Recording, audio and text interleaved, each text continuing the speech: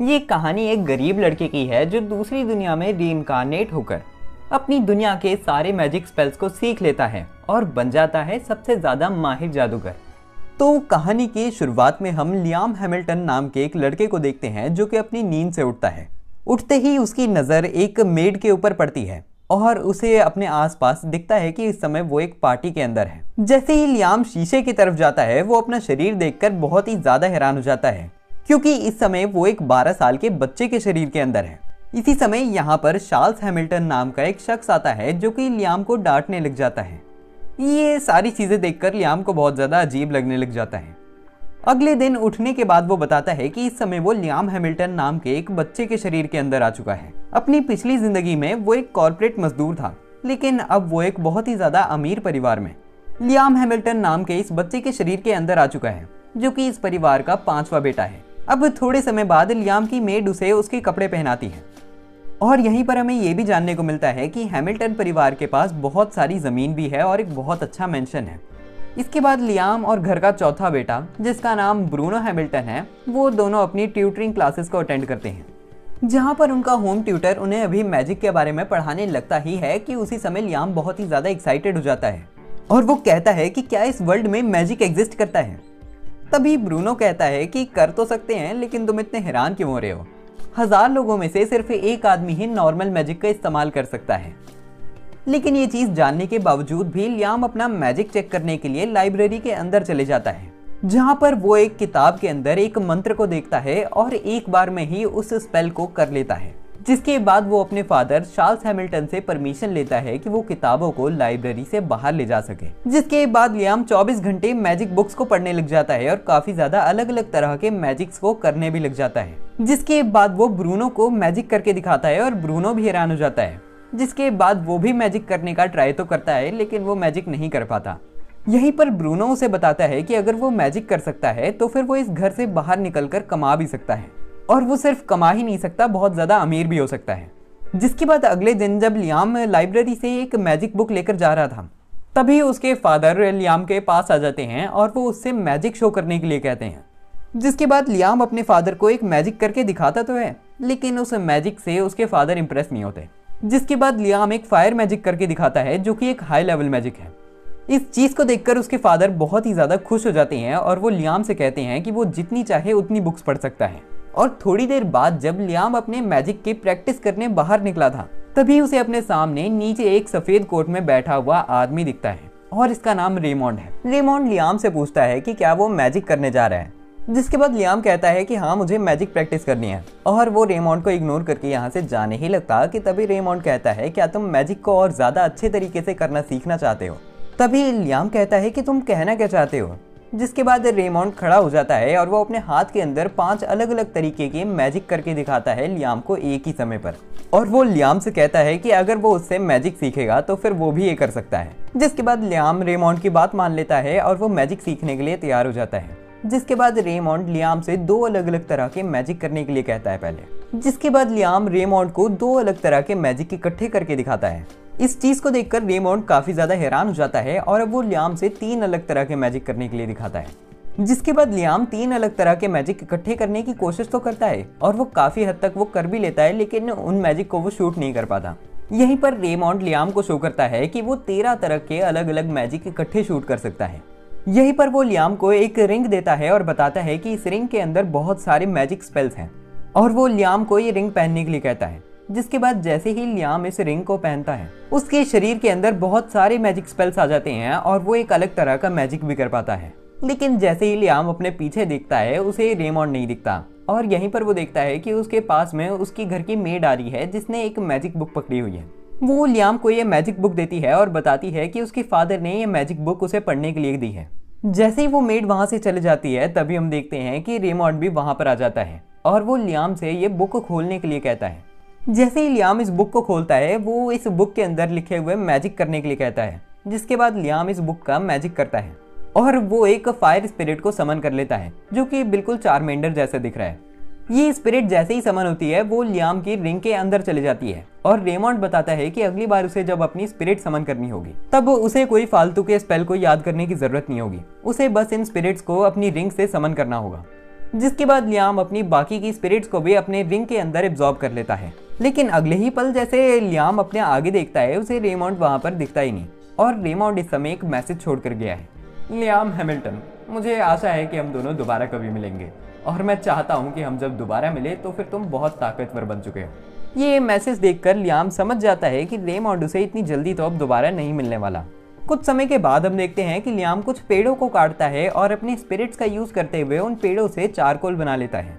यहीं पर Bruno Liam के पास आता है और वो उसे उसका चारकोल देखकर बताता है कि ये काफी अच्छी क्वालिटी का है और वो इस चारकोल को बेचकर बहुत सारे पैसे कमा सकता है। यहीं पर ब्रूनो देखता है कि लियाम ने कुछ मैजिक क्रिस्टल भी बनाए हैं और वो उन्हें देखकर कहता है कि ये तो बहुत अच्छी क्वालिटी के हैं। इन मैजिक क्रिस्टल को तो वो बहुत ज्यादा अच्छे दाम में बेच सकता है, जिसे सुनकर लियाम को काफी अच्छा लगता है और अगले दिन वो इन सारे के सारे मैजिक क्रिस्टल और कोल को बेच देता है, जिसके बाद उसे काफी सारे पैसे मिल जाते हैं और लियाम अब लालची होते हुए कहता है कि वो अब बहुत सारे पैसे कमाएगा। जिसके बाद अगले दिन हम देखते हैं कि लियाम ने एक आइटम बॉक्स बना लिया है जो कि बिल्कुल डोरेमोन की पॉकेट की तरह काम करता है। इसमें जितना मर्जी उतना सामान डाल सकते हैं। वो आइटम बॉक्स के अंदर बहुत सारा अलग अलग तरह का सामान डाल देता है जिसे उसने बेचना है। यहीं पर वो एक मैजिक करता है और अपने क्लोन को समन कर लेता है और वो अपने क्लोन को अपना सारा सामान बेचने के लिए रवाना कर देता है, क्योंकि वो अपने घर वालों को ये शो नहीं करना चाहता कि उसने बिजनेस करना शुरू कर दिया है। जब शाम होती है और लियाम का क्लोन वापस आता है, हम देखते हैं कि लियाम के पास बहुत सारे पैसे आ चुके हैं और लियाम बहुत ही ज्यादा खुश हो जाता है क्योंकि उसके मन में तो सिर्फ एक ही चीज चल रही है, पैसा ही पैसा होगा। इसके बाद हम लियाम को अपने ही क्लोन के साथ मैजिक ट्रेनिंग करते हुए देखते हैं। इसी समय लियाम को अपने घर का सबसे बड़ा बेटा दिखता है, जिसे देखते ही वो अपने क्लोन को डिसअपीयर कर देता है। जिसके बाद घर का सबसे बड़ा बेटा अल्ब्रेविट हैमिल्टन लियाम के पास आता है और वो उससे पूछता है कि वो बड़े होकर क्या बनना चाहता है। ये सुनते ही लियाम अपने मन में सोचता है, पक्की बात है कि अल्ब्रेविट घर का मुखिया बनना चाहता है और ये देखकर कि मैं मैजिक का इस्तेमाल कर सकता हूँ, उसे अब शक पड़ चुका है कि मैं बनना चाहता हूँ घर का मुखिया। जिसके बाद लियाम कहता है कि वो एडवेंचरर बनना चाहता है। ये चीज सुनते ही अल्ब्रेविट हंसता है और वो लियाम से कहता है कि वो उसकी मुलाकात एक अच्छे एडवेंचरर गिल्ड से करवाएगा। जिसके बाद लियाम पहुंच जाता है एक एडवेंचरर गिल्ड के पास। जैसे ही वो गिल्ड के अंदर जाता है, सारे के सारे लोग लियाम को देखने लग जाते हैं और उसका मजाक उड़ाने लग जाते हैं कि एक बच्चा यहाँ पर क्या करने आया है। जिसके बाद गिल्ड मास्टर लियाम से कहता है कि उसे लियाम के बारे में अल्ब्रेविट से पहले ही पता चल गया था और वो लियाम से उसका सबसे तगड़ा स्पेल उसके ऊपर करने के लिए कहता है। जिसके बाद लियाम अपना सबसे तगड़ा मैजिक तो नहीं करता, लेकिन वो एक नॉर्मल सा मैजिक करता है जिसे देखकर सारी गिल्ड के लोग बहुत ज्यादा हैरान हो जाते हैं।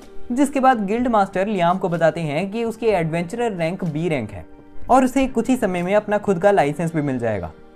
जिसके बाद जैसे ही लियाम गिल्ड से बाहर आता है, उसके पास आसुना नाम की एक लड़की आती है जो लियाम से कहती है कि वो उसके साथ एक पार्टी बनाना चाहती है। अपने सामने एक सुंदर लड़की को देखकर लियाम ज्यादा सोचता नहीं और एक पार्टी फॉर्म कर लेता है। जिसके बाद आसुना और लियाम हंटिंग करने के लिए जंगल में जाते हैं, जहाँ पर उन्हें एक जंगली वुल्फ दिखता है। वुल्फ देखते ही आसुना लड़ने के लिए तैयार हो जाती है, लेकिन तभी वो ऐसे बहुत सारे वुल्फ के साथ घिर जाते हैं जिनके साथ लड़ना उनके लिए काफी ज्यादा मुश्किल होने वाला था। इसी वजह से लियाम एक मैजिक का इस्तेमाल करते हुए कुछ पोकेमॉन समन करता है। जो पोकेमॉन इन सारे वुल्फ के मुंह के अंदर घुस के फूल जाते हैं और ये वुल्फ हिल नहीं पाते। जिस मौके का फायदा उठाते हुए आसुना इन सारे वुल्फ के ऊपर हमला करके इन्हें हरा देती है। और जब वो इन वुल्फ की बॉडीज को लेकर जाते हैं गिल्ड तक, तब सारे के सारे एडवेंचरर आसुना और लियाम की पावर को देखकर हैरान हो जाते हैं। और गिल्ड मास्टर आसुना और लियाम से कहता है कि अब जब तुम इतने ज्यादा ताकतवर हो, मैं तुम्हें एक मिशन देना चाहता हूँ। जिसके बाद आसुना और लियाम उसी मिशन को पूरा करने के लिए आ जाते हैं और इस मिशन में उनको एक मॉन्स्टर को मारना था। लियाम बताता है कि हर मॉन्स्टर के अंदर एक मैजिक क्रिस्टल होता है और उस मैजिक क्रिस्टल की बहुत ज्यादा वैल्यू होती है। लेकिन जब आसुना और लियाम उस मॉन्स्टर से लड़ते हैं, वो मॉन्स्टर को तो हरा नहीं पाते, लेकिन उनकी ऐसी तैसी हो जाती है। लेकिन उसी समय लियाम को एक आइडिया आता है और वो दोबारा से उस मॉन्स्टर से लड़ने जाते हैं, जहाँ पर आसुना उस मॉन्स्टर को डिस्ट्रैक्ट करने लग जाती है और लियाम अपने आइटम बॉक्स को समन करता है। अपने आइटम बॉक्स का इस्तेमाल करते हुए वो एक पत्थर को निकालता है जो कि वो उस मॉन्स्टर के ऊपर फेंक देता है, जिससे वो मॉन्स्टर खत्म हो जाता है। और जब वो गिल्ड के पास वो मॉन्स्टर लेकर जाते हैं, वो वैसे 2 मॉन्स्टर लेकर जाते हैं, क्योंकि उधर ऐसे 2 मॉन्स्टर थे जो उन्होंने दोनों के दोनों ही खत्म कर दिए हैं। ये देखकर गिल्ड मास्टर बहुत ही ज्यादा हैरान हो जाता है और आसुना और लियाम बहुत ज्यादा खुश होने लग जाते हैं। अगले दिन हम देखते हैं कि शहर के अंदर कोई और नोबल मैन आता है, जिसके इंतजार में वहां पर अल्ब्रेविट और चार्ल्स खड़े थे। लेकिन जैसे ही वो नोबल अपनी गाड़ी से बाहर निकलता है और एक मेंशन के अंदर जाता है, वो लियाम से बातचीत करने लग जाता है और वो लियाम से पूछता है कि उसके पास जो रिंग है वो उसे किसने दी है। जिसके बाद लियाम बताता है कि उसे ये रिंग अपने मास्टर से मिली है, जिन्होंने उसे मैजिक करना सिखाया है। यहीं पर ये नोबल, जिसका नाम स्टैनली है, बताता है कि उस आदमी का नाम रेमॉन्ड है और वो बहुत ही ज़्यादा हंसने लग जाता है कि रेमॉन्ड ने लियाम को मैजिक सिखाया है। और वो लियाम से कहता है कि वो उसके बॉडीगार्ड के ऊपर जितना खतरनाक हमला कर सकता है उतना खतरनाक हमला करे। जिसके बाद स्टैनली का गार्ड एक बैरियर बना लेता है और लियाम उसके ऊपर एक मैजिक अटैक करता है। ये हमला इतना ज़्यादा खतरनाक था कि उस गार्ड का बैरियर टूट जाता है और लियाम किसी रीज़न की वजह से ऐसा स्वैग वाला एक्सप्रेशन बनाने लग जाता है कि तेरा भाई तो बहुत ही ज़्यादा रॉक स्टार है।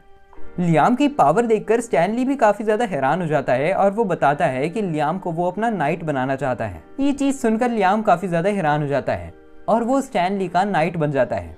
यहीं पर स्टैनली लियाम से पूछता है क्या रेमॉन्ड ने उसके साथ कोई शरारत करी है। जिसके बाद लियाम बताता है कि एक बार जब वो अपने आइटम बॉक्स के अंदर पानी भर रहा था, तब उसे पानी के अंदर एक लेटर मिला और उस लेटर में लिखा था, लियाम हैमिल्टन, कैसे हो तुम? आशा करता हूँ कि तुम अच्छे होगे। इस पानी के अंदर मैंने ये लेटर के साथ 100 किलो गोल्ड मिलाया हुआ है। मैं आशा करता हूँ कि तुम इस सोने का सही इस्तेमाल करो। और लियाम बताता है कि रेमॉन्ड ऐसी शरारतें करता रहता है उसके साथ। जिसके बाद स्टैनली कहता है कि ये कोई आम शरारत नहीं लग रही, उसे दोबारा से चेक करना चाहिए कि रेमॉन्ड ने क्या करा है। जिसके बाद लियाम वैसे ही एक और तालाब के पास जाता है, जहाँ का वो सारा का सारा पानी खत्म कर देता है अपने आइटम बॉक्स में भरकर। जिसके बाद वो अपने सोने के अंदर से 10 किलो सोना नीचे गिरा देता है और जैसे ही वो सोने को नीचे गिराता है, हम देखते हैं कि वहाँ पर एक मैजिक सर्कल बन जाता है और उस मैजिक सर्कल के नीचे एक अंडरग्राउंड रास्ता खुल जाता है, जिसके अंदर लियाम जाता है और वो यहाँ पर एक मैजिक बुक पड़ी हुई दिखता है और वो एक लेटर भी दिखता है, जिस लेटर के अंदर लिखा हुआ था। ये मैजिक बुक बहुत ही ज़्यादा पुरानी है, लेकिन आज तक इस मैजिक बुक का स्पेल कोई नहीं कर पाया और मैं भी नहीं कर सकता इस मैजिक स्पेल को, लेकिन तुम्हारी ताकत देखकर मैं उम्मीद करता हूँ कि तुम इस मैजिक स्पेल को कर सको। जिसके बाद लियाम एक्साइटेड हो जाता है और वो रात तक इस मैजिक स्पेल की प्रैक्टिस करने लग जाता है और वो इस मैजिक स्पेल को कर भी लेता है। जिसके बाद हम देखते हैं कि ज़मीन के अंदर से एक गेट निकल कर आता है, जिसके अंदर जाते ही लियाम देखता है कि वहाँ पर एक रूम बना हुआ है और उसे ये जानने को मिलता है कि ये रूम उतना ही ज़्यादा बड़ा होगा जितनी ज़्यादा उसकी मैजिक पावर होगी। इस रूम के अंदर उसकी परमिशन के बिना कोई भी नहीं आ सकता और अगर उसने मैजिक स्पेल मास्टर करे बिना इसके अंदर कुछ सामान डालकर छोड़ दिया तो फिर वो सामान अपने आप ही गायब हो जाएगा। जिसके बाद लियाम एक्साइटेड हो जाता है और उसके मन में चलता है कि वो यहाँ पर एक घर बना सकता है। जिसके बाद अगले दिन हम देखते हैं कि लियाम आसुना के साथ हंटिंग करते हुए एक मॉन्स्टर को मारता है और उस मॉन्स्टर का मैजिक स्टोन लेकर जाता है गिल्ड तक, जहाँ पर गिल्ड मास्टर दोबारा बहुत ही ज़्यादा हैरान हो जाता है इस मैजिक क्रिस्टल को देखकर और वो लियाम की काफ़ी ज़्यादा तारीफ करने लग जाता है। जिसे देखकर आसुना बहुत ही ज़्यादा दुखी होने लग जाती है क्योंकि उसने आसुना की तारीफ नहीं करी। जिसके बाद आसुना कहती है कि मैं इस चीज़ को समझ सकती हूँ क्योंकि मैं लियाम से काफ़ी ज़्यादा कमज़ोर हूँ और सारा काम ऑलमोस्ट लियाम ही करता है। तभी गिल्ड मास्टर कहता है तो फिर तुम फैमिलियर क्यों नहीं फॉर्म कर लेती लियाम के साथ। वो बताता है कि लियाम तुम्हारे साथ एक कॉन्ट्रैक्ट फॉर्म करेगा जिसके अकॉर्डिंग तुम लियाम की एक फैमिलियर बन जाओगी और तुम लियाम के किसी भी कमांड को मना नहीं कर सकती, लेकिन तुम्हें लियाम की थोड़ी सी शक्ति भी मिल जाएगी और तुम ताकतवर बन जाओगी। ये चीज़ सुनते ही कि आसुना ताकतवर बन सकती है, वो लियाम से कहती है कि उसे कॉन्ट्रैक्ट फॉर्म करना है। तभी लियाम कहता है कि अगर तुम मेरे साथ कॉन्ट्रैक्ट फॉर्म कर लोगी तो फिर मैं तुम्हारे साथ कुछ भी कर सकता हूँ। तभी आसुना कहती है कि इसके बावजूद भी मैं तुम्हारे साथ कॉन्ट्रैक्ट फॉर्म करना चाहती हूँ और मुझे फ़र्क नहीं पड़ता कि तुम मेरे साथ क्या करो, चाहे तो हम दोनों मीठी मीठी रातें भी बिता सकते हैं। ये चीज़ सुनते ही लियाम बहुत ही ज़्यादा शर्माने लग जाता है और वो ना चाहते हुए भी आसुना के साथ एक कॉन्ट्रैक्ट फॉर्म करने के लिए मान जाता है। जिसके बाद कॉन्ट्रैक्ट फॉर्म करने के लिए आसुना लियाम के हाथ पे चुम्मा देने लग जाती है। जिसके बाद कॉन्ट्रैक्ट फॉर्म हो जाता है और आसुना लियाम की फैमिलियर बन जाती है। फैमिलियर बनते ही आसुना वहाँ से गायब हो जाती है और वो लियाम के पीछे आकर बताती है कि उसे एक यूनिक स्किल मिल चुकी है जिसके साथ वो बहुत ही ज़्यादा तेज़ी से इधर उधर हिल सकती है। ये चीज़ सुनते ही कि आसुना को एक यूनिक स्किल मिल चुकी है, सारे के सारे एडवेंचरर बहुत ही ज़्यादा हैरान हो जाते हैं। यहीं पर आसुना लियाम से कहती है कि वो ये चाहती है कि वो उसकी दोस्त के साथ भी कॉन्ट्रैक्ट फॉर्म करे। जिसके बाद आसुना लियाम को अपनी दोस्त जोडी के घर पर ले जाती है और वो जोडी की मुलाकात लियाम के साथ करवाती है। ज़्यादा क्वेश्चन करे बिना जोडी भी कॉन्ट्रैक्ट फॉर्म करने के लिए मान जाती है। जिसके बाद गिल्ड में आकर वो जोडी के साथ कॉन्ट्रैक्ट फॉर्म करता है और कॉन्ट्रैक्ट फॉर्म करने के बाद जोडी काफ़ी ज़्यादा ताकतवर और जवान बन जाती है। अब कुछ दिनों के बाद हम स्टैनली का मेंशन देखते हैं जहां पर लियाम इस समय स्टैनली से बात कर रहा है और स्टैनली लियाम को बताता है कि उनकी नेशन की प्रिंसेस जिनका नाम स्कारलेट है वो लियाम से मिलना चाहती हैं और वो ये भी चाहती हैं कि लियाम उसे अपने फैमिलियर दिखाए। लेकिन लियाम इस ऑफर को मना कर देता है और वो कहता है कि उसके फैमिलियर कोई खिलौने नहीं है। जिसके बाद लियाम यहाँ से चले जाता है और उसके जाते ही हम देखते हैं कि यहाँ पर मेड की यूनिफॉर्म में प्रिंसेस स्कारलेट थी जो कहती है कि लियाम तो सच में काफ़ी ज़्यादा इंटरेस्टिंग आदमी है, लेकिन क्या वो मेरे सामने भी इतना ही इंटरेस्टिंग रह पाएगा। लेकिन इसके बावजूद भी अगले दिन लियाम को प्रिंसेस स्कारलेट के पास जाना ही पड़ता है। प्रिंसेस की कैसल के अंदर पहुंचने के बाद वो लियाम को काफ़ी ज़्यादा अप्रिशिएट करती हैं क्योंकि वो काफ़ी ज़्यादा ताकतवर है और उसने बहुत सारे मॉन्स्टर्स को भी मारा है अभी तक। बातचीत करते हुए वो लियाम से कहती है कि वो उसे अपने फैमिलियर शो करे क्योंकि लियाम अपने फैमिलियर्स को कहीं पर भी कैसे भी कभी भी समन कर सकता है। तभी लियाम कहता है कि उसके फैमिलियर कोई खिलौने नहीं है जो वो उनको कहीं पर भी किसी को भी दिखाने लग जाए। ये चीज़ सुनकर प्रिंसेस स्कारलेट हंसने लग जाती हैं और वो कहती हैं कि मैं तुम्हें एक बैरन का टाइटल देती हूँ। जैसे ही लियाम को नवाब का टाइटल मिलता है वो बहुत ही ज़्यादा चौंक उठता है। यहीं पर प्रिंसेस स्कारलेट लियाम को एक मैजिक बुक देती है एज अ गिफ्ट, जिससे लियाम काफ़ी ज़्यादा खुश हो जाता है। इसके बाद शाम के समय हम लियाम को मैजिक प्रैक्टिस करते हुए देखते हैं जहाँ पर लियाम के पास उसका भाई ब्रूनो आता है। ब्रूनो लियाम से कहने लग जाता है कि तुम तो कमाल के इंसान हो यार, तुम्हें सुनकर अजीब लगेगा लेकिन तुम्हारी पोजीशन अब तुम्हारे पापा से भी ज़्यादा हो चुकी है क्योंकि तुमने अपने परिवार में सच में कुछ करा है और अगर तुम ऐसे ही करते रहोगे तो फिर तुम बहुत ज़्यादा हाई स्टेटस के बन जाओगे। इसके बाद हम रात के समय अपने घर के अंदर लियाम को चलते हुए देखते हैं जहाँ पर लियाम की मुलाकात आल्ब्रेविट से होती है जो लियाम से कहता है कि ये मत समझना कि तुम एक बड़े इंसान बन चुके हो। और हमें जानने को मिलता है कि जैसे ही आल्ब्रेविट को ये पता चला कि लियाम एक नवाब बन चुका है उसकी फटके चार हो चुकी है।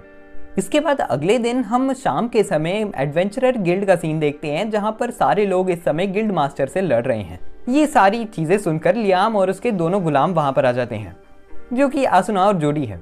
वो सब पूछते हैं कि यहाँ पर चल क्या रहा है। तभी गिल्ड के लोग बताते हैं कि आल्ब्रेविट ने एक 150 साल पुरानी सील जो कि उसके ग्रैंडफादर ने एक ड्रैगन को सील करने के लिए लगाई थी उसे खोल दिया है और वो 1000 सोल्जर्स को भी ले गया उस ड्रैगन को मारने के लिए। लेकिन ड्रैगन तो वो क्या ही मारता, सारे के सारे सोल्जर्स घायल हो चुके हैं। ये चीज़ सुनते ही लियाम चिंता में आ जाता है और वो बाहर चले जाता है आल्ब्रेविट की ऐसी तैसी करने। जब वो ड्रैगन वाली जगह पर पहुंचता है वो देखता है कि सारे लोग बहुत ही ज़्यादा बुरी तरह घायल हो चुके हैं। इन सारे सोल्जर्स के अंदर लियाम देखता है कि आल्ब्रेविट की भी बहुत ज़्यादा गंदी हालत हो चुकी है जो लियाम से कहता है, लियाम ऐसा कैसे हो सकता है, मैं सिर्फ उस ड्रैगन को मारना चाहता था। और आल्ब्रेविट अभी अपनी बातों को कंटिन्यू करता है कि उसी समय गिल्ड मास्टर वहां पर आकर आल्ब्रेविट की गुद्दी पे एक डंडा मारकर उसे बेहोश कर देता है और वो बताता है कि ड्रैगन की सील आज ही खुली है, इस वजह से वो उसे दोबारा सील कर सकते हैं 7 दिनों के अंदर। ड्रैगन तो अभी हिल भी नहीं सकता, दरअसल उसके बच्चों ने ये सारी तबाही मचाई है। जिसके बाद लियाम, आसुना और जोडी चले जाते हैं ड्रैगन के बच्चों को मारने के लिए। ड्रैगन के बच्चे आसुना के ऊपर हमला करते हैं और आसुना सारे के सारे हमलों को डॉज कर लेती है। लेकिन जब वो देखती है कि एक ड्रैगन के हमले से एक पूरा पेड़ तबाह हो जाता है, उसकी फटके 4 हो जाती है। इसी समय लियाम एक गेट बनाकर उन सारे ड्रैगन्स को उस गेट के अंदर डाल देता है जो कि उसके 3 डायमेंशनल रूम से कनेक्टेड है। रात के समय हम देखते हैं कि सारे के सारे मैजिशियंस मिलकर मैजिक का इस्तेमाल करते हुए ड्रैगन को सील करने लग जाते हैं। इसी समय आसुना और जोडी जो कि लियाम के गुलाम है वो लियाम से पूछते हैं कि उसने ऐसा क्या कर दिया कि वो सारे के सारे ड्रैगन्स वहां से गायब हो गए। जिसके बाद लियाम बताता है कि उसने उन सारे ड्रैगन्स को अपनी 3 डायमेंशनल स्पेस के अंदर डाल दिया है। तभी जोडी पूछती है कि ऐसे तो वो दोबारा उनके पास आ जाएंगे हमला करने। तभी लियाम बताता है कि उसने अभी उस मैजिक को अच्छे से मास्टर नहीं करा है, इस वजह से उस रूम के अंदर जो भी डाला जाएगा वो गायब होकर कहीं और चले जाएगा। जिसे सुनकर आसुना काफी ज्यादा खुश हो जाती है कि लियाम कितना ज्यादा ताकतवर है। इसी समय वो ड्रैगन लियाम से कहता है, मेरा नाम राडॉन है और मैं एक ड्रैगन गॉड हूँ। मैं तुम्हें देखकर हैरान हो गया। तुम्हारे जैसा छोटा इंसान इतना ज्यादा ताकतवर कैसे हो सकता है? मैं देख सकता हूँ कि तुम्हारी आत्मा तुम्हारे शरीर के साथ नहीं मिलती। मैं सिर्फ एक चीज चाहता हूँ कि तुम मुझे अपने शरीर के अंदर ले लो और तुम अपनी दिलचस्प जिंदगी में जो मर्जी वो करो, मैं उसे देखना चाहता हूँ। जिसके बाद लियाम ड्रैगन गॉड राडॉन को अपने शरीर के अंदर आने की परमिशन दे देता है। जिसके बाद राडॉन एनर्जी की फॉर्म लेकर लियाम के शरीर के अंदर चले जाता है और लियाम देखता है कि उसके हाथ के ऊपर एक मार्क बन चुका है। यहीं पर उसे काफी ज्यादा ताकतवर महसूस होता है और वो कुछ स्पेल्स को करने लग जाता है जो कि इस बार बहुत ज्यादा तेज निकले हैं और बहुत ताकतवर भी हैं। लेकिन उसी समय लियाम देखता है कि वहां पर मौजूद सारे के सारे मैजिशियंस की बहुत ज्यादा बुरी हालत हो चुकी है इतनी ज्यादा मैजिक एनर्जी की वजह से। दरअसल लियाम के शरीर के अंदर राडॉन की पावर्स जा चुकी हैं। ये चीज जानकर कि मैजिक पावर से इन सारे लोगों को दिक्कत हो रही है, वो अपने मैजिक पावर को सप्रेस कर लेता है, जिससे सारे के सारे लोग ठीक हो जाते हैं। यहीं पर लियाम गिल्ड मास्टर को बताता है कि राडॉन मर चुका है और वो गिल्ड मास्टर को लगभग 40 किलो सोना दे देता है सारे के सारे लॉसेस को रिकवर करने के लिए। जो गिरते हुए तो ऐसा लग रहा था कि वो 40-50 किलो होगा, लेकिन जब वो गिर जाता है उसके बाद ऐसा लगता है कि किसी ने टट्टी कर दी है। यहीं पर गिल्ड मास्टर लियाम का बहुत ज्यादा शुक्रिया अदा करता है और हैमिल्टन परिवार के घर में हम देखते हैं कि चार्ल्स हैमिल्टन हमारे नवाब लियाम हैमिल्टन का बहुत ज्यादा शुक्रिया अदा करता है और वो माफी भी मांगता है आल्ब्रेविट के बिहाफ पर। रात के समय लियाम आल्ब्रेविट से बातचीत करने के लिए उसके कमरे के बाहर जाता है। वो अंदर जाता ही कि उसे पहले ही आवाजें आने लग जाती है कि आल्ब्रेविट बहुत ही ज्यादा गुस्से में है इस समय। सिर्फ इतना ही नहीं, वो रोते हुए कहता है कि लियाम मेरे से इतना ज्यादा आगे कैसे निकल गया। जिसके बाद अगले दिन लियाम जैसे ही उठता है उसे महसूस होता है कि ड्रैगन राडॉन की पावर्स के साथ उसके अंदर बहुत सारे स्पेल्स भी आ चुके हैं। ये सारे वो स्पेल्स हैं जो कि राडॉन कर सकता है।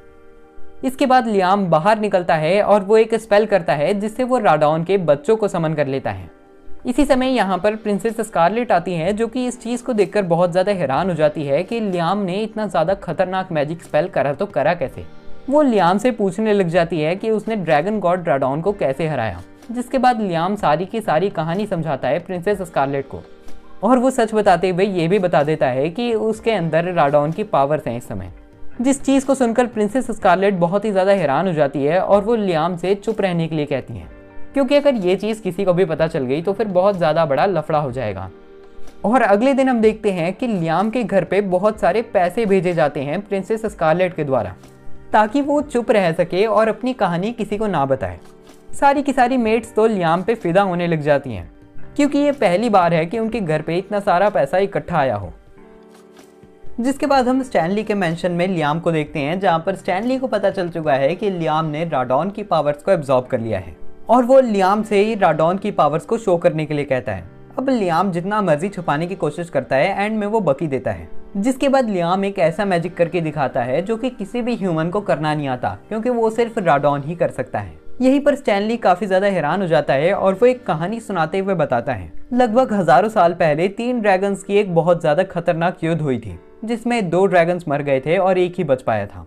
उससे ड्रैगन ने एक प्रिंसेस के साथ संबंध बनाया और उसके साथ शादी कर ली, जिसके बाद वो दोनों एक हो गए। ये कहानी सुनकर लियाम सोचने लग जाता है कि वो दोनों एक हो तो हो कैसे गए। यहीं पर स्टैनली लियाम से पूछता है कि तुम्हें क्या लगता है कि वो दोनों एक कैसे बन गए। तभी लियाम कहता है कि मेरे ख्याल से उन दोनों ने सेक्स करा होगा। लेकिन तभी स्टैनली कहता है कि तुम बिल्कुल गलत हो, तुम्हारा हाल भी बिल्कुल उस प्रिंसेस की तरह है, क्योंकि राडॉन इस समय तुम्हारी बॉडी के अंदर है, जैसे वो प्रिंसेस की बॉडी के अंदर था। यहीं पर हम लियाम को शहर के अंदर चलते हुए देखते हैं, जहां पर आसुना और जोडी उसके पास आते हैं और वो उसे एक कोने में ले जाते हैं। जिसके बाद वो उसे एक शादी का लेटर दिखाते हैं, जिसमें हम देखते हैं कि लियाम के लिए एक रिश्ता आया है, वो भी एक प्रिंसेस का। जैसे ही लियाम अपने घर वापस जाता है, वो देखता है कि उसके लिए और भी ज्यादा लेटर आए हैं सिर्फ मैरिज के लिए। यानी ये बात फैल चुकी है कि लियाम में कुछ तो खास है और अब सारी लड़कियां उससे शादी करना चाहती हैं। यहीं पर ब्रूनो इधर आता है और वो बताता है कि उसकी भी शादी कुछ दिनों में होने वाली है। इसके बाद अगले दिन हम लियाम को आसुना और जोडी के साथ देखते हैं, जहां पर लियाम चलते हुए अपने एनीवेयर डोर को निकालता है और अपने 3 डायमेंशनल स्पेस के अंदर चले जाता है। लियाम आसुना और जोडी को दिखाता है कि उसने इस जगह में एक घर बना लिया है और ये घर गायब भी नहीं होगा, क्योंकि उसने इस मैजिक स्पेल को बहुत ज़्यादा अच्छे से सीख लिया है। अब जैसे ही लियाम आसुना और जोडी को घर के अंदर का एरिया दिखाता है, उन्हें बहुत ही ज़्यादा अच्छा लगने लग जाता है वो घर। लियाम बताता है कि वो ये सोच रहा था कि यहाँ पर वो तीनों सो सकते हैं, और शायद मुझे कहने की ज़रूरत नहीं कि वो सोने के अलावा यहाँ पर और क्या करना चाहते हैं। यहीं पर जोडी कहती है कि मुझे लग रहा है यहाँ पर एक प्रॉब्लम है, अगर पूरे टाइम ऐसे दिन रहेगा तो फिर हम सोएंगे कैसे। तभी लियाम कहता है कि तुम बात तो सही कह रही हो। जिसके बाद लियाम एक स्पिरिट को समन करता है और पूरे एरिया को अंधेरे से ढक देता है, लेकिन वो कुछ ज़्यादा ही अंधेरा हो जाता है। जिसके बाद वो सस्ते चारमेंडर का इस्तेमाल करते हुए फर्नेस को जला लेता है और वहाँ पर थोड़ी सी लाइट हो जाती है। यहीं पर वो अपनी डार्कनेस वाली स्पिरिट को एवॉल्व कर देता है उसके साथ कॉन्ट्रैक्ट फॉर्म करके, और वो अपने डार्कनेस वाले पोकेमॉन का इस्तेमाल करते हुए कमरे के अंधेरे को आधा कर देता है। जिसके बाद लियाम बाहर आ जाता है और आसुना और जोडी दोबारा गिल्ड चले जाते हैं। लियाम के शरीर के अंदर से राडॉन उससे कहता है, जिस जगह पर तुम्हें समय है, मैं चाहता हूँ कि तुम यहाँ पर मेरी एक मदद करो। मैंने इस जगह को सील करा हुआ है और मैं कुछ पिक्सीज को बचाता हूँ, इसीलिए मैं चाहता हूँ कि तुम इस सील तोड़कर उन पिक्सीज को बचाओ। जिसके बाद लियाम मैजिक का इस्तेमाल करते हुए सील को तोड़ देता है और वो देखता है कि यहाँ पर एक बहुत बड़ा जंगल है जिसके अंदर बहुत सारी पिक्सीज रहती हैं। पिक्सीज जैसे ही लियाम को देखती हैं वो बहुत ही ज़्यादा डर जाती हैं और इधर उधर भागने लग जाती हैं।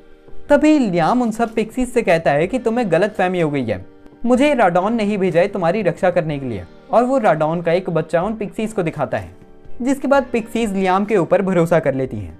यहीं पर लियाम बताता है कि वो उन सारी पिक्सीज के साथ एक कॉन्ट्रैक्ट फॉर्म करके उन्हें अपना फैमिलियर बनाने वाला है ताकि उन सभी पिक्सीज की पावर बढ़ सके। जिसके बाद लियाम पहली पिक्सी के साथ कॉन्ट्रैक्ट फॉर्म करता है और उसे एक एल्फ बना देता है और वो इस एल्फ का नाम रखता है रेना। यहीं पर वो बची हुई पिक्सीज को भी एल्फ में कन्वर्ट कर देता है और देखते हुए मुझे ऐसा लग रहा है कि मैं सस्ता पोकेमॉन देख रहा हूँ। यहीं पर लियाम रेना को इन सारी की सारी पिक्सीज का लीडर बना देता है। इसी समय राडॉन उसके अंदर से बोलता है, तुम्हें पता है यहाँ पर एक बहुत ही ज्यादा अच्छा फल है, इस फल को खाकर तुम्हें पता चलेगा कि वो इतना अच्छा क्यों है। जिसके बाद लियाम इधर उधर टहलकर उस फल को ढूंढने लग जाता है और उसे पेड़ के ऊपर एक अलग सा फल मिल भी जाता है। जिस फल को वो जैसे ही खाता है उसके अंदर मैजिक एनर्जी बहुत ही ज्यादा बढ़ जाती है और वो देखता है कि वो पहले से भी ज्यादा अच्छे तरीके से मैजिक कर पा रहा है।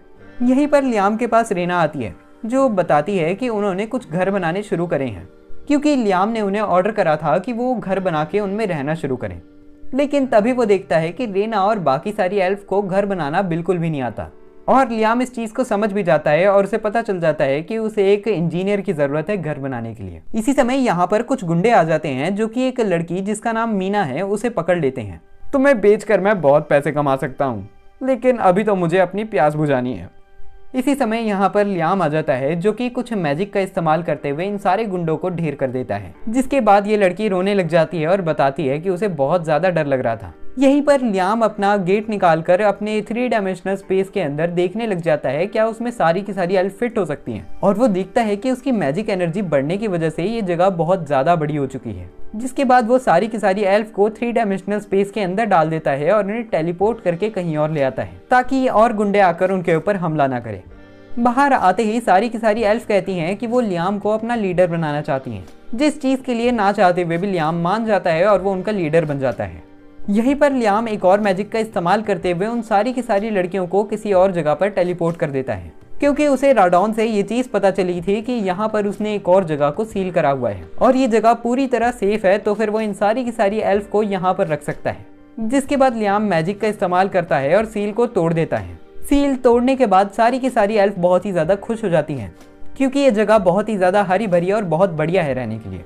नीचे उतरने के बाद लियाम सोचने लग जाता है कि यहाँ पर पानी की सप्लाई कैसे लाए वो। जिसके बाद वो वाटर स्पिरिट को समन करके उसे इवॉल्व कर देता है और उससे पानी की सप्लाई को ढूंढने के लिए कहता है। जिसके बाद वो वाटर स्पिरिट मैजिक का इस्तेमाल करते हुए पानी की सप्लाई को ढूंढ देती है। यहीं पर लियाम कुछ राडॉन के बच्चों को समन करता है और उन्हें कुछ मैजिक क्रिस्टल भी देता है। लियाम सारी एल्फ्स को बताता है कि वो अभी कहीं और जाने लगा है और जब तक वो गया है तब तक राडॉन के बच्चे उनकी रक्षा करेंगे।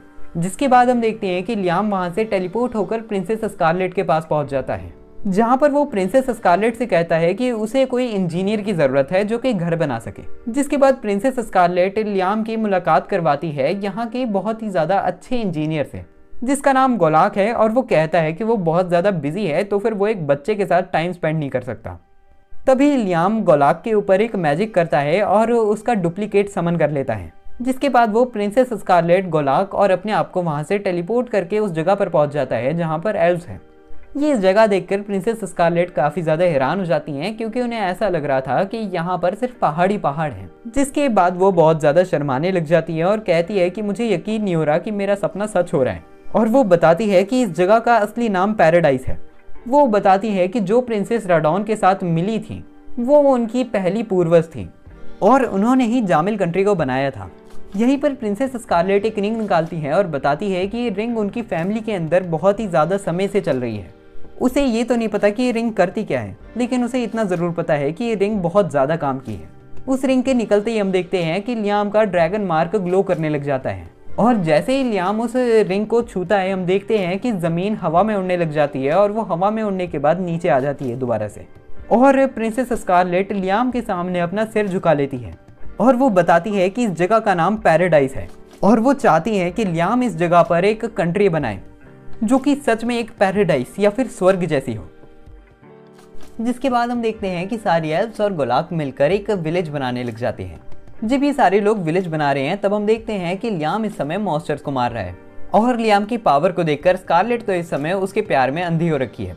इसी समय लियाम को राडॉन की आवाज आती है जो कि कहता है, मैं तुम्हें एक जगह दिखाना चाहता हूँ जो शायद इस लड़की को बहुत पसंद है। जिसके बाद लियाम और स्कारलेट उस जगह पर जाते हैं जो कि जंगल में छुपा हुआ एक अंडरग्राउंड बेस है। वो उस अंडरग्राउंड बेस के अंदर जैसे ही जाते हैं उन्हें राडॉन जैसा ही एक ड्रैगन का स्टैचू दिखता है जो कि लियाम और स्कारलेट को देखते ही बहुत ज़्यादा गुस्से में आ जाता है और लड़ने की पोजीशन में आ जाता है। लेकिन वो लियाम और स्कारलेट के ऊपर हमला करता है कि उससे पहले राडॉन बताता है, अगर तुम इस स्टैचू पे सिर पे बने हुए एक अक्षर को मिटा दोगे तो फिर ये तुम्हारी सारी बातें मानेगा। जिसके बाद लियाम टेलीपोर्टेशन मैजिक का इस्तेमाल करता है और इस स्टैचू के ऊपर आके होली लांस से हमला करके इस स्टैचू का एक अक्षर मिटा देता है। जिसके बाद हम देखते हैं कि ये ड्रैगन स्कारलेट की सारी बातें मानने लग जाता है क्योंकि स्कारलेट के खून में ड्रैगन का ब्लड है। अब थोड़े समय के बाद जब स्कारलेट अपने मैंशन दोबारा जा चुकी है तब हम देखते हैं कि लियाम बाहर निकलता है और बाहर निकलते ही उसे अपने गांव से धुआं निकलता हुआ दिखता है बहुत ज़्यादा। और जैसे ही लियाम वहां पर पहुंचता है, ड्रीना वहां पर आकर लियाम को बताती है कि कुछ वुल्फमैन ने उनके ऊपर हमला कर दिया है। यहीं पर इधर वुल्फमैन की गैंग का लीडर आता है जो कि लियाम के ऊपर हमला करने लग जाता है। लेकिन लियाम सारे के सारे हमलों को डॉज करके वुल्फमैन के लीडर के ऊपर एक हमला करके उसे बहुत ज़्यादा घायल कर देता है और वो बताता है कि उसे तो राडॉन ने यहाँ पर रहने के लिए भेजा है तो फिर वो उन्हें तंग क्यों कर रहे हैं। और यहीं पर लियाम होली मैजिक का इस्तेमाल करते हुए राडॉन के बच्चों को समन कर लेता है जिन्हें देखते ही वुल्फमैन की लीडर की फटके चार हो जाती है। यहीं पर वो सारे वुल्फमैन देखते हैं कि सारी की सारी एल्फ्स जिनकी राडॉन रक्षा कर रहा था वो भी यहाँ पर रह रही हैं। और जैसे ही लियाम प्रपोज करता है उनको यहाँ पर रहने के लिए तो फिर वुल्फमैन का लीडर इस चीज़ के लिए मान लेता है।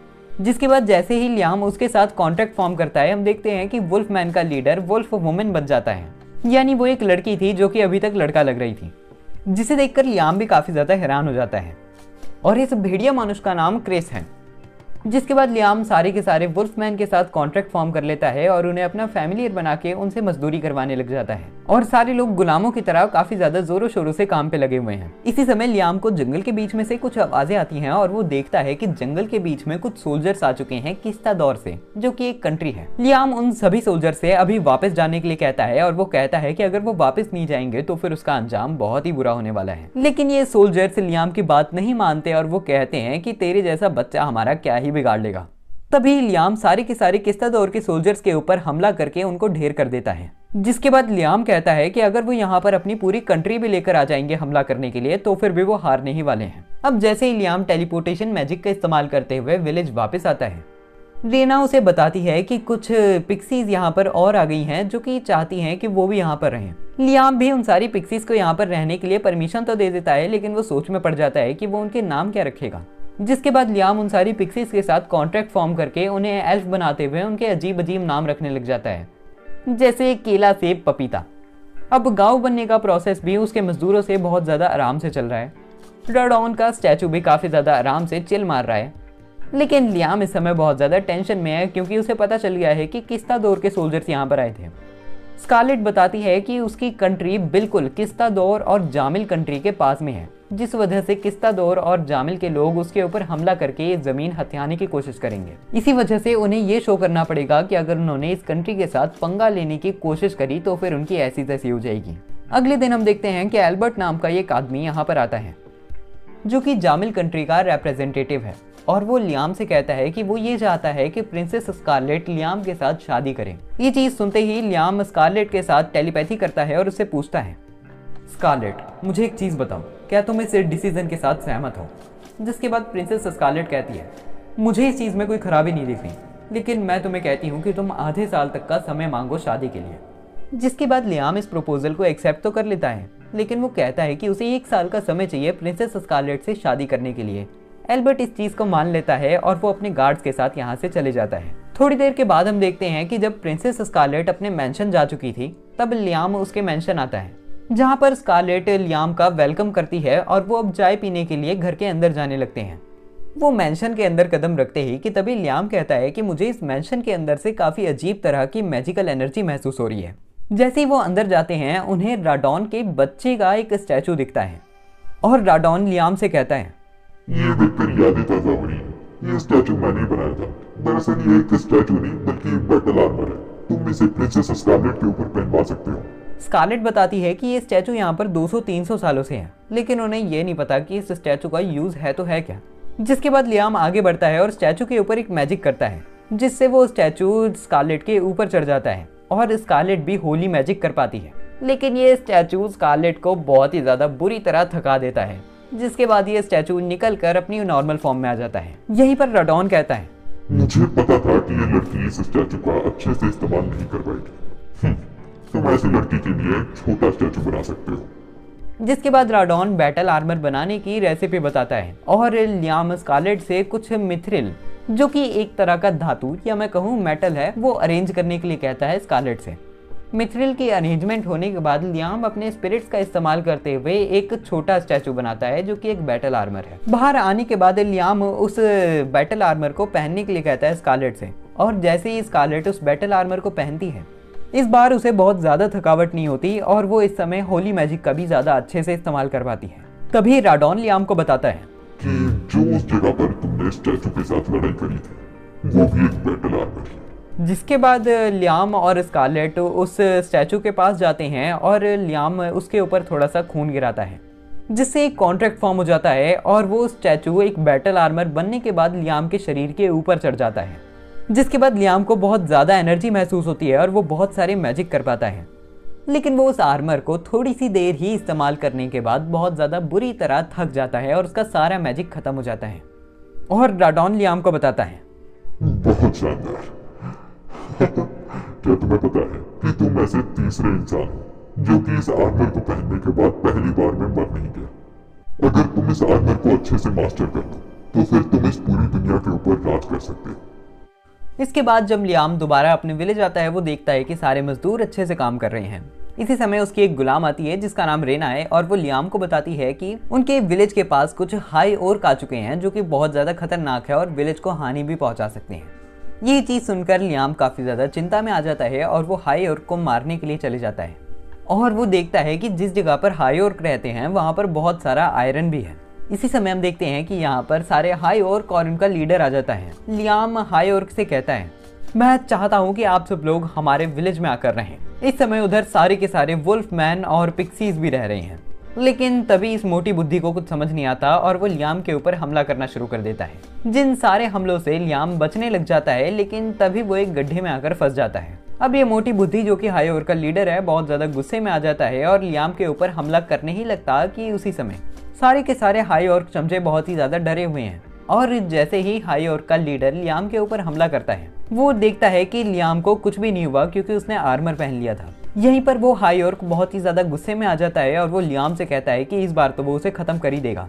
लेकिन तभी वो देखता है कि उसके सारे के सारे चमचे बहुत ही ज्यादा डरे हुए हैं। जिसके बाद लियाम बताता है कि वो अपने चमचों के ऊपर हमला करने वाला था जब वो लियाम के ऊपर हमला कर रहा था। वो हाई ओर्क का लीडर जब लियाम के ऊपर हमला करने वाला था तब लियाम अपने बहुत सारे क्लोन्स बनाता है और उन सारे के सारे हाई ओर्क को बचा लेता है। ये चीज देखकर हाई ओर्क के लीडर को लियाम के ऊपर ट्रस्ट हो जाता है और लियाम हाई ओर्क के लीडर और सारे के सारे हाई ओर्क को बताता है कि उनके विलेज के अंदर अलग अलग तरह के लोग रहते हैं और उन्होंने एक नई कंट्री बनानी है उधर। जिसके बाद हाई ओर्क कहता है कि वो उनकी कंट्री में आकर रह तो लेगा, लेकिन उसे पहले ये देखना है कि उनकी कंट्री है कैसी। जिसके बाद लियाम सारे के सारे ओर्क को गांव के अंदर ले आता है जहां पर सारे के सारे ओर्क बहुत ही ज्यादा हैरान हो जाते हैं क्योंकि इधर बहुत सारे लोग रहते हैं जो कि उनके दोस्त थे।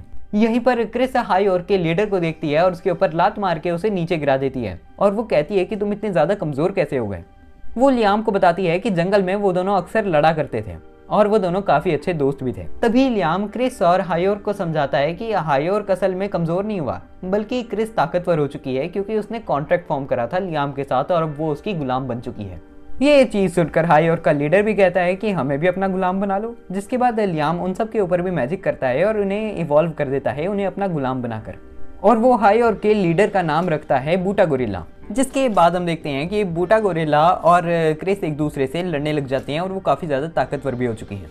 यहीं पर लियाम बाकी सारे हाई और के साथ भी कॉन्ट्रैक्ट फॉर्म करके उन्हें अपना गुलाम बनाने लग जाता है और उनके अलग अलग तरह के नाम रखता है। अगले दिन हम देखते हैं कि लियाम अपने सारे गुलामों से मजदूरी करा के बहुत सारी आयरन और को इकट्ठा करता है, जिसके बाद वो अपने स्पिरिट्स का इस्तेमाल करते हुए सारे के सारे मेटल्स को अलग कर लेता है और सबसे ज़्यादा मेटल आयरन निकलता है और मिथरेल तो ना के बराबर निकलता है। दरअसल लियाम ने मिथरेल का आर्मर बनाना था सारे के सारे लोगों के लिए ताकि वो लड़ सकें। तभी लियाम कहता है कि अगर मैं मिथरेल का आर्मर नहीं बना सकता तो फिर मैं आयरन का आर्मर बना लूंगा। जिसके बाद वो आयरन को मेल्ट करता है अपने स्पिरिट्स का इस्तेमाल करते हुए और मैजिक का इस्तेमाल करते हुए आयरन के साथ कॉन्ट्रैक्ट फॉर्म करके उसे आयरन बैटल आर्मर बना लेता है। तभी लियाम को लगता है कि अब तो वो सबके लिए आर्मर बना सकता है, लेकिन जैसे ही शाम होती है लियाम की फटके 4 हो जाती है, क्योंकि वो हर एक आयरन के पीस के लिए अलग अलग तरह के नाम नहीं रख पा रहा, क्योंकि कॉन्ट्रैक्ट फॉर्म करते हुए हर किसी को अलग नाम देना पड़ता है। लेकिन जैसे तैसे करके अलग अलग तरह के नाम रख के वो 20-30 आर्मर बना लेता है, जिन आर्मर्स के साथ सारे के सारे लोग बहुत ज़्यादा ताकतवर हो जाते हैं। इसी समय हम देखते हैं कि उनके गाँव के अंदर कुछ गुंडे आ जाते हैं जो कि अभी आकर हमला करने ही लगते कि उसी समय रहना एक मीना नाम की लड़की से इन सारे गुंडों से लड़ने के लिए उसे आगे भेज देती है और मीना अकेले ही इन सारे गुंडों की धजिया उड़ा के रख देती है, जिसे देखकर लियाम को काफी ज्यादा अच्छा लगता है और इस हादसे के बाद सारे के सारे गुंडे वहां से भाग जाते हैं। यहीं पर इसके बाद हम देखते हैं कि लियाम अपने 3 डायमेंशनल स्पेस में आता है और वो बहुत सारी वाटर स्पिरिट को समन करके उनसे आइटम बॉक्स में पानी डालने के लिए कहता है जनरेट कर। यहीं पर लियाम देखता है कि एक स्पिरिट काम नहीं कर रही और वो स्पिरिट लियाम से कहती है, मास्टर क्या आपको याद है कि मैं पहली वो वाली वाटर स्पिरिट हूँ जिसे आपने इवॉल्व करा था। अब मैं थोड़ी सी और इवॉल्व या ताकतवर हो जाऊं तो फिर मैं चीज़ों के अंदर जाके भी रह सकती हूँ। और लियाम पूछता है क्या वो चीज़ों के अंदर जाकर चीज़ों को ताकतवर बना सकती है, जिसके बाद वो बताती है कि स्पिरिट्स का बहुत सारे वेपन्स के अंदर भी इस्तेमाल होता है। जिसके बाद लियाम को थोड़े से प्रॉफिट्स दिखते हैं और वो उस स्पिरिट को इवॉल्व कर देता है, जिसके बाद वो एक नॉर्मल आर्मर बनाता है जिसके अंदर वो इस स्पिरिट को डाल देता है। और ऐसे ही हम देखते हैं कि वो बहुत सारे आर्मर्स बना लेता है स्पिरिट्स का यूज़ करते हुए और ये सारे आर्मर्स वो क्रिस, रेना और बूटा गोरिल्ला को पहना देता है, जिसके बाद ये सभी के सभी बहुत ज़्यादा ताकतवर हो जाते हैं। और लियाम ये देखकर काफ़ी ज़्यादा खुश हो जाता है कि उसके गुलाम अब ताकतवर हो चुके हैं और अब वो जंग में भी लड़ सकते हैं। अब दोबारा से लियाम जब एडवेंचरर गिल्ड जाता है उसके ऊपर आसन और जोडी बहुत ज़्यादा गुस्से होते हैं, क्योंकि लियाम उनके साथ नहीं था इतने ज़्यादा टाइम से। यहीं पर आसुना लियाम से पैसे निकालने के लिए कहती है और लियाम सोच में पड़ जाता है कौन से पैसे। तभी जोडी बताती है कि लियाम को जब प्रिंसेस स्कारलेट से अपना मुंह चुप करने के लिए पैसे मिले थे तब थोड़े पैसे उसने आसुना और जोडी को दिए थे, लेकिन आसुना और जोडी ने उन पैसों को अपने पास नहीं रखा था, जिस वजह से लियाम के पास अभी भी वो पैसे पड़े होंगे। जिसके बाद लियाम, आसुना और जोडी खाना खाने के लिए बैठ जाते हैं और आसुना लियाम से पूछती है कि वो इतने समय से कर क्या रहा था।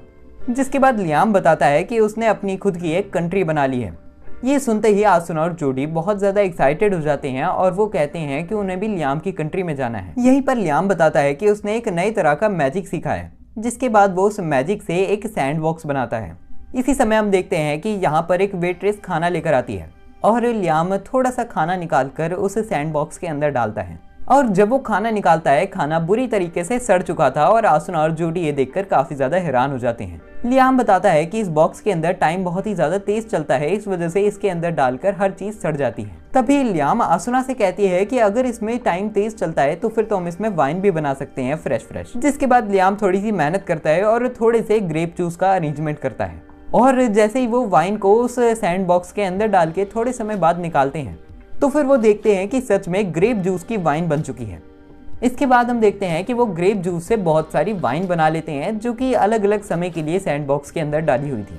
यहीं पर जोडी वाइन को पीने लग जाती है और लियाम उसे बहुत ज़्यादा नशीली आंखों से देखने लग जाता है, क्योंकि वो भी वाइन पीना चाहता है लेकिन वो अंडर एज है।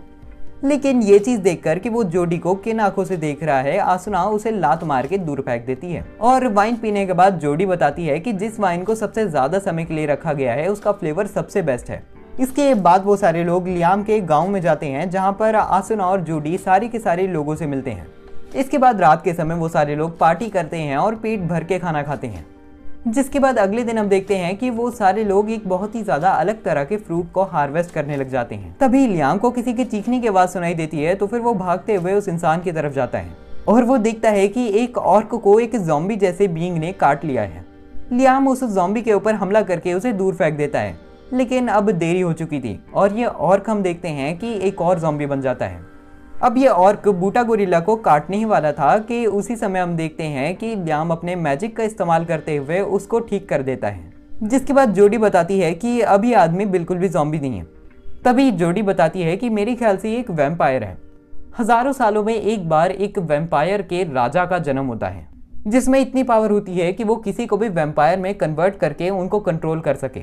और मेरे ख्याल से अब वो वैम्पायर का राजा जाग चुका है। जिसके बाद लियाम ऑर्डर दे देता है कि आसपास जितने भी लोग रहते हैं उनको बता दिया जाए कि वैम्पायर्स आ चुके हैं और वो इवैक्यूएट कर लें।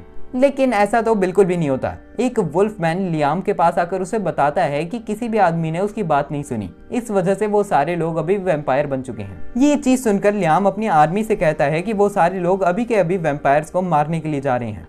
जिसके बाद वो सारे लोग उस जगह पर पहुंच जाते हैं जहां पे वैम्पायर्स हैं और अपनी अपनी पावर्स का इस्तेमाल करते हुए वो सारे लोग वैम्पायर से लड़ना शुरू कर देते हैं।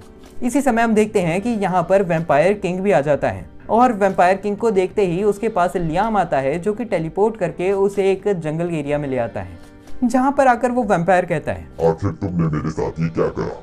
तभी लियाम कहता है कि चलो अब असली गेम को शुरू करते हैं। और यहीं पर वैम्पायर भी लड़ने के लिए तैयार हो जाता है। लियाम उसके ऊपर अलग अलग तरह के मैजिक्स का इस्तेमाल करता है। वैम्पायर भी टेलीपोर्ट करके लियाम के पीछे आकर उसके ऊपर हमला करने ही लगता कि तभी लियाम भी टेलीपोर्टेशन मैजिक का इस्तेमाल कर लेता है।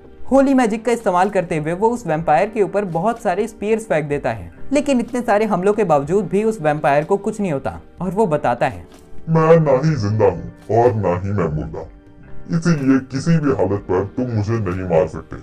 और वो लियाम के पास आकर उसे काटने लगता है और वो लियाम को काट भी लेता है, जिससे लियाम एक वैम्पायर में तब्दील हो जाता है।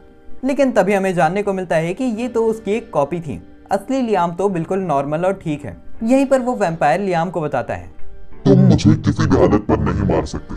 पहली बात, मैं जिंदा या मुर्दा नहीं हूँ, तो फिर मुझे दर्द भी महसूस नहीं होता। मैं अपने आसपास से एनर्जी लेता हूँ, तो फिर कुछ भी करके तुम मेरी एनर्जी नहीं खत्म कर सकते। ये चीज सुनने के बाद लियाम अपना थोड़ा सा दिमाग लगाता है और जैसे ही वो वैम्पायर लियाम के ऊपर हमला करता है, वो एक सैंड बॉक्स निकालता है, जिस सैंड बॉक्स के अंदर वो उस वैम्पायर को डाल देता है और वो वैम्पायर कहने लग जाता है, ये क्या है? मुझे इस डब्बे से बाहर निकाल बच्चे, मेरे साथ क्या कर रहा है तू? जिसके बाद लियाम बताता है कि एक सैंड बॉक्स के अंदर हवा, पानी, जल, एनर्जी कुछ भी नहीं होता और ना ही इसके अंदर कोई जिंदा चीज फिट होती है और ना ही मुर्दा, और इसके अंदर टाइम तेज चलता है। तो फिर ऐसे ही अगर चलता रहा तो फिर ये वैम्पायर अपने आप मर जाएगा। जैसे ही रात होती है, लियाम देखता है कि ये वैम्पायर ऑलमोस्ट खत्म हो चुका है और वो खुश होने लग जाता है कि उसने इतने ज्यादा खतरनाक दुश्मन को हरा लिया। इसके बाद हम उस एरिया को देखते हैं जहां पर लियाम की आर्मी है और वो सारे वैम्पायर्स भी है जो दोबारा इंसान बन चुके हैं, या शायद इंसान नहीं तो वो जीव बन चुके हैं जो वो पहले थे। यहीं पर इधर लियाम आता है और लियाम के आते ही आसुना और जोडी काफी ज्यादा खुश हो जाते हैं, लेकिन वो एक चीज लियाम को बताते हैं कि यहाँ पर मौजूद सारे के सारे लोग बहुत ही ज्यादा कमजोर हो चुके हैं उस वैम्पायर के मरते ही, क्योंकि इन सभी लोगों को वैम्पायर से एनर्जी मिल रही थी और अभी भी ये थोड़े थोड़े वैम्पायर हैं। आसुना एक आदमी का कीमती दांत उखाड़ देती है और बताती है कि इन लोगों के दांत भी बहुत ज्यादा कमजोर हो चुके हैं। यहीं पर वो सारे लोग दोबारा वैम्पायर बनना शुरू ही होते हैं कि उसी समय लियाम अपने मैजिक का इस्तेमाल करते हुए सबको नॉर्मल करना शुरू कर देता है। जितने लोगों के ऊपर मैजिक करा था वो तो ठीक हो जाते हैं, लेकिन जिनके ऊपर मैजिक नहीं हो पाया वो दोबारा वैम्पायर बनने लग जाते हैं। ये चीज सुनकर लियाम राडॉन वाला बैटल आर्मर पहन लेता है और उसे पहनने के बाद वो अपने मैजिक का इस्तेमाल करते हुए अपने आसपास के सारे एरिया में अपना मैजिक फैला देता है और सारे लोगों को हील कर देता है। जिस चीज को करते ही लियाम की ऐसी तैसी हो जाती है और वो बेहोश होकर नीचे गिर जाता है। जब वो अपनी आंखें खोलता है, उसे अपने सामने आसुना और जोडी दिखते हैं, जो बताते हैं कि सारे के सारे लोग नॉर्मल हो चुके हैं। यहीं पर इधर वो वाले वैम्पायर आते हैं जिन्हें वैम्पायर किंग कंट्रोल कर रहा था और वो उनका शुक्रिया अदा करते हैं वैम्पायर किंग से उनकी रक्षा करने के लिए। लेकिन वो बंदा कहता है कि उन्होंने जितनी ज्यादा प्रॉब्लम्स क्रिएट करी है उसके लिए वो पूरी तरह रिस्पॉन्सिबल है और वो अपनी जान देने के लिए भी तैयार है। लेकिन तभी लियाम कहता है कि वो तो बस ये चाहता है कि वो सारे लोग भी उसके गांव में आकर रहना शुरू करें, और वो उन वैम्पायर के ऊपर एक मैजिक कर देता है जिससे वो नोबल वैम्पायर बन जाते हैं और नोबल वैम्पायर दिन में भी जिंदा रह सकते हैं। यही दूसरी तरफ लियाम सैंड बॉक्स के पास आता है जहां पर वो देखता है कि वैम्पायर पूरी तरह खत्म हो चुका है अब, और वो अपने सैंड बॉक्स को वापस अपने अंदर ले लेता है। जिसके बाद अगले दिन लियाम अपनी स्लाइम्स को पूरा का पूरा विलेज दिखाता है और लियाम बताता है कि उसका विलेज इतना बड़ा हो चुका है कि अब वो शहर बनना शुरू हो गया है। इसके बाद रात के समय हम देखते हैं कि लियाम अपनी मैजिक ट्रेनिंग करके अपनी मैजिक कैपेसिटी को बहुत ज़्यादा बढ़ा लेता है। इसके बाद अगले दिन हम देखते हैं कि प्रिंसेस स्कारलेट लियाम से कहती है कि उन्हें अपनी पावर को शो करना पड़ेगा किस्तदोर और जामिल को। स्कारलेट बताती है कि अपना रुतबा और पावर शो करने के लिए एक चीज़ सबसे ज़्यादा इंपॉर्टेंट है, वो एक कंट्री की करेंसी होती है, यानी एक कंट्री कितने ज़्यादा बढ़िया क्वालिटी के कॉइन्स या फिर करेंसी को प्रोड्यूस करती है। स्कारलेट लियाम को वो वाला स्टैचू दिखाता है जो लियाम ने मिथ्रेल से बनाया था, और वो बताती है कि ये स्टैचू इतना ज़्यादा परफेक्टली बना हुआ है कि ऐसे स्टैचू को दोबारा बनाना इम्पॉसिबल है, लेकिन जो इस काम को कर सकता है वो सिर्फ लियाम कर सकता है, वो भी अपने मैजिक का इस्तेमाल करके। यहीं पर स्कारलेट जामिल के सिल्वर कॉइन्स दिखाती है और बताती है कि ये वर्ल्ड के बेस्ट कॉइन्स हैं। अगर लियाम इससे थोड़ी अच्छी क्वालिटी के कॉइन्स को प्रोड्यूस कर सके बहुत ज़्यादा क्वांटिटी में, तो फिर वो शो कर सकते हैं कि उनकी कंट्री बहुत पावरफुल है। जिसके बाद लियाम कहता है कि ये तो चुटकियों का खेल है, और वो अपनी स्पिरिट्स को समन करके बहुत सारे कॉइन्स बना लेता है सिल्वर के, जो कि जामिल के कॉइन्स से बहुत ज़्यादा अच्छे होते हैं। यहीं पर स्कारलेट लियाम से ये सिल्वर कॉइन्स भी बनाने के लिए कहती है, और जब लियाम सिल्वर कॉइन्स बनाता है तब तो स्कारलेट की फट जाती है, क्योंकि ये कॉइन्स में बहुत ज़्यादा कम कॉपर का इस्तेमाल हुआ है और बहुत ही ज़्यादा अच्छी क्वालिटी है। जिसके बाद आसुना और जोडी अगले दिन लियाम के इन कॉइन्स को इधर उधर फैलाना शुरू कर देते हैं, जिससे लोगों को पता चल जाता है कि लियाम की कंट्री कितनी ज़्यादा बढ़िया है। इसके बाद हम देखते हैं कि लियाम की कंट्री में ब्रूनो आता है, जो कि लियाम के साथ एक मीटिंग अरेंज करता है, और वो लियाम से परमिशन मांगता है उसकी कंट्री के साथ ट्रेड करने के लिए, जिसकी लियाम परमिशन दे देता है आराम से। जिसके बाद ब्रूनो यहाँ से चले जाता है ट्रेड की परमिशन लेकर। यहीं पर स्कारलेट बताती है कि दूसरे परिवार में शादी करने की वजह से ब्रूनो की रिस्पॉन्सिबिलिटीज बढ़ चुकी है और वो बहुत ज़्यादा मैच्योर भी हो चुका है। इसके बाद हम लियाम को देखते हैं, जो कि अपने 3 डायमेंशनल स्पेस के अंदर है। यहीं पर हम देखते हैं कि लियाम के अंदर से राडॉन निकल कर आती है, जो कि एक लड़के के फॉर्म में है, और अब हमें जानने को मिलता है कि राडॉन असल में एक लड़की है। मुझे पूरे टाइम ऐसा लग रहा था कि राडॉन एक बूढ़ा आदमी होगा, लेकिन ये तो एक जवान लड़की निकली। लियाम भी इस चीज़ को देखकर काफ़ी ज़्यादा हैरान था कि राडॉन एक लड़की है। जो भी है, राडॉन लियाम को बताती है कि वो अपने शरीर की मैजिक एनर्जी को सिर्फ स्पेल्स के अलावा भी इस्तेमाल कर सकता है, और वो मैजिक एनर्जी का इस्तेमाल करके किसी स्पेल के बिना इधर उधर कूद के दिखाती है। लेकिन जब लियाम ये करने की कोशिश करता है तो फिर वो कूद तो जाता है, लेकिन वो नीचे ढंग से लैंड नहीं कर पाता और उसके पैरों पर भी चोट लग जाती है। जिसके बाद राडॉन लियाम के शरीर पर काफ़ी सारे बबल्स बना देती है, और वो इन सारे बबल्स में equal amount of magical energy डालने के लिए कहती है, लेकिन लियाम ये ढंग से नहीं कर पाता, जिस वजह से उसके बैलून्स फटना शुरू हो जाते हैं, और राडॉन बार बार इन गुब्बारों को बनाने लग जाती है और लियाम प्रैक्टिस करने लग जाता है। थोड़े समय की प्रैक्टिस के बाद हम देखते हैं कि लियाम ने अपने मैजिक के ऊपर पूरी तरीके से कंट्रोल पा लिया है। जिसके बाद अगले दिन हम देखते हैं कि लियाम ने अपनी मैजिक पावर का इस्तेमाल करते हुए एक बहुत बड़ा बीच बना लिया है। ये बीच देखते ही आसुना और स्कारलेट बहुत ज़्यादा खुश हो जाते हैं और उनका यहाँ पर खेलने का मन करने लग जाता है। जिसके बाद सभी लोग स्विम सूट पहनकर यहाँ पर खेलने आ जाते हैं, और सारे लोगों का स्विम सूट देखकर लियाम बहुत ही ज़्यादा शर्माने लग जाता है। जिसके बाद वो सारे लोग काफ़ी ज़्यादा एंजॉय करते हैं। यहीं पर रात के समय जब लियाम इधर उधर टहल रहा था, उसे काफ़ी ज़्यादा अजीब सी मैजिकल एनर्जी महसूस होती है, और लियाम उसकी तरफ जाने लग जाता है। वो एक जगह पर जाकर ज़मीन को खोदने लग जाता है और उसे एक मैजिक क्रिस्टल मिलता है। ये क्रिस्टल देखकर लियाम को अच्छा तो लगता है, लेकिन उसे समझ नहीं आता कि ये मैजिक क्रिस्टल ज़मीन के अंदर क्या कर रहा है। जिसके बाद राडॉन समझाती है कि दरअसल ज़मीन के अंदर मैजिक क्रिस्टल्स बन जाते हैं जब कोई ज़मीन के ऊपर ज़्यादा मैजिक का इस्तेमाल करता है, और वो बताती है कि इनसे मोटा पैसा भी बनाया जा सकता है। जिसके बाद अगले दिन लियाम ब्रूनो को ट्रेडिंग के लिए बुलाता है। वो ब्रूनो को ज़मीन के अंदर दफन हुए मैजिक क्रिस्टल दिखाता है, और वो बताता है कि ऐसे मैजिक क्रिस्टल हर जगह पर हैं, और वो कहता है कि उसने ये ब्रूनो को बेचकर कुछ पैसे बनाने हैं। जिसके बाद ब्रूनो कहता है कि वो इन मैजिक क्रिस्टल्स को ज़रूर बेच सकता है। ब्रूनो बताता है कि मैजिक क्रिस्टल का टेक्निकली कोई इस्तेमाल नहीं है, लेकिन वो अच्छे दिखते हैं, इस वजह से उनकी वैल्यू डायमंड जैसी होती है। और वो मैजिक क्रिस्टल को देखकर बताता है कि ये मैजिक क्रिस्टल जवान है, इस वजह से इसका कम दाम मिलेगा थोड़ा सा। और वो बताता है कि एक मैजिक क्रिस्टल जितना ज़्यादा पुराना होता है उसकी उतनी ज़्यादा वैल्यू होती है। ये चीज़ जानने के बाद लियाम सैंड बॉक्स को समन करता है और वो उसके अंदर मैजिक क्रिस्टल डाल देता है। लगभग 3 हफ्तों के बाद वो देखते हैं कि मैजिक क्रिस्टल का साइज बहुत ज़्यादा छोटा हो चुका है और वो बहुत ही ज़्यादा रेयर बन चुका है। ब्रूनो इस मैजिक क्रिस्टल को एक डब्बे के अंदर डाल देता है और ये काफ़ी ज़्यादा अच्छा लगने लग जाता है। जिसके बाद अगले दिन रेना और 2 और एल्व्स किस्तादोर के राजा के पास जाती हैं और वो उन्हें ये क्रिस्टल देती हैं लियाम की तरफ से। जिस क्रिस्टल को देखते ही वहाँ पर मौजूद सारे के सारे लोग बहुत ही ज़्यादा हैरान हो जाते हैं। लियाम और ब्रूनो काफ़ी ज़्यादा अच्छी डील बना लेते हैं इन सारे मैजिक क्रिस्टल को बेचने के लिए। और इस समय हम देखते हैं कि लियाम का किंगडम बहुत ही ज़्यादा बड़ा हो चुका है और काफ़ी ज़्यादा मॉडर्न और डेवलप्ड भी हो चुका है। आसुना और जोडी के साथ भी लियाम की काफ़ी ज़्यादा अच्छी बनी हुई है और अल्ब्रेविट लियाम को लेकर काफ़ी ज़्यादा चिढ़ा हुआ है। यहाँ पर शहर में सारे लोग लियाम को बहुत ही ज़्यादा पसंद करते हैं और राडॉन टाइम टू टाइम लियाम को मैजिक ट्रेनिंग देती रहती है। हम एक आखिरी बार लियाम को राडॉन के साथ मैजिक ट्रेनिंग करते हुए देखते हैं, जिसके साथ ये एनीमे खत्म हो जाता है। और यार मेरी दोस्त का एक चैनल है एनीजियोट करके, जिस पे 10,000 के आसपास सब्सक्राइबर है। मैं बताना चाहता हूँ कि एनीजियोट भाई बहुत ही ज़्यादा एपिक वीडियोस बनाते हैं एंड मुझे भी देखकर मज़ा आ जाता है। तो मैं रिकमेंड करूँगा कि आप उनके चैनल पे जाके उनकी वीडियो को ज़रूर देखना। मैंने उनके चैनल की लेटेस्ट वीडियो का लिंक कॉमेंट और डिस्क्रिप्शन में दिया है, तो फिर जाके ज़रूर विजिट करना। अब बात कर लेते हैं इस एनीमे के बारे में। इस एनीमे का नाम I am a noble on the brink of ruin so I might as well try mastering magic है।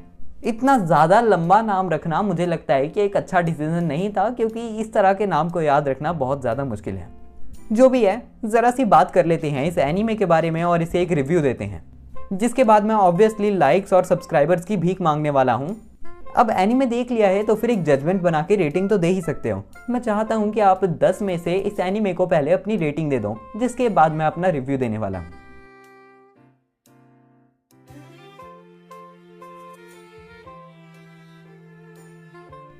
मुझे लगता है कि आपने अभी तक रेटिंग दे दी होगी, और अभी तक भी नहीं दी तो फिर वीडियो पॉज करके दे दो।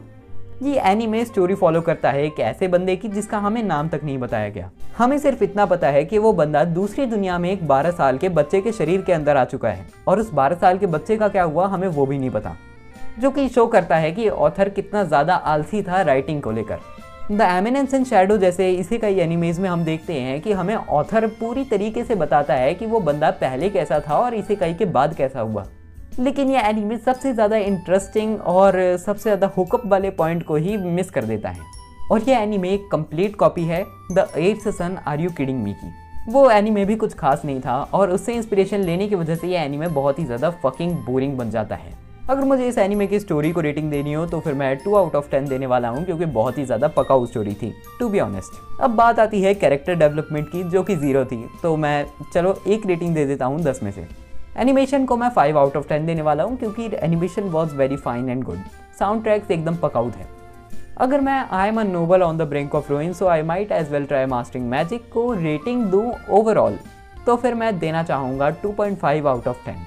अब इतनी भद्दी रेटिंग देने के बाद और इस एनीमे का इतना मजाक उड़ाने के बाद मेरा कोई हक नहीं बनता कि मैं आपसे कहूँ कि अगर आपको ये वीडियो पसंद आई तो फिर इस वीडियो को लाइक कर देना। लेकिन फिर भी अगर आपको ये वीडियो कहीं ना कहीं अच्छी लगी हो या फिर इंटरेस्टिंग लगी हो तो फिर इस वीडियो को लाइक कर देना, और इस तरह का और कंटेंट देखना चाहते हो तो फिर चैनल को सब्सक्राइब कर देना। बट मुझे लगता नहीं कि कोई ये इतना बेकार रिव्यू सुनने के बाद करने वाला है कुछ भी। तो आज की वीडियो के लिए तो बस इतना ही। मिलते हैं हम नेक्स्ट वीडियो में। सायोनारा।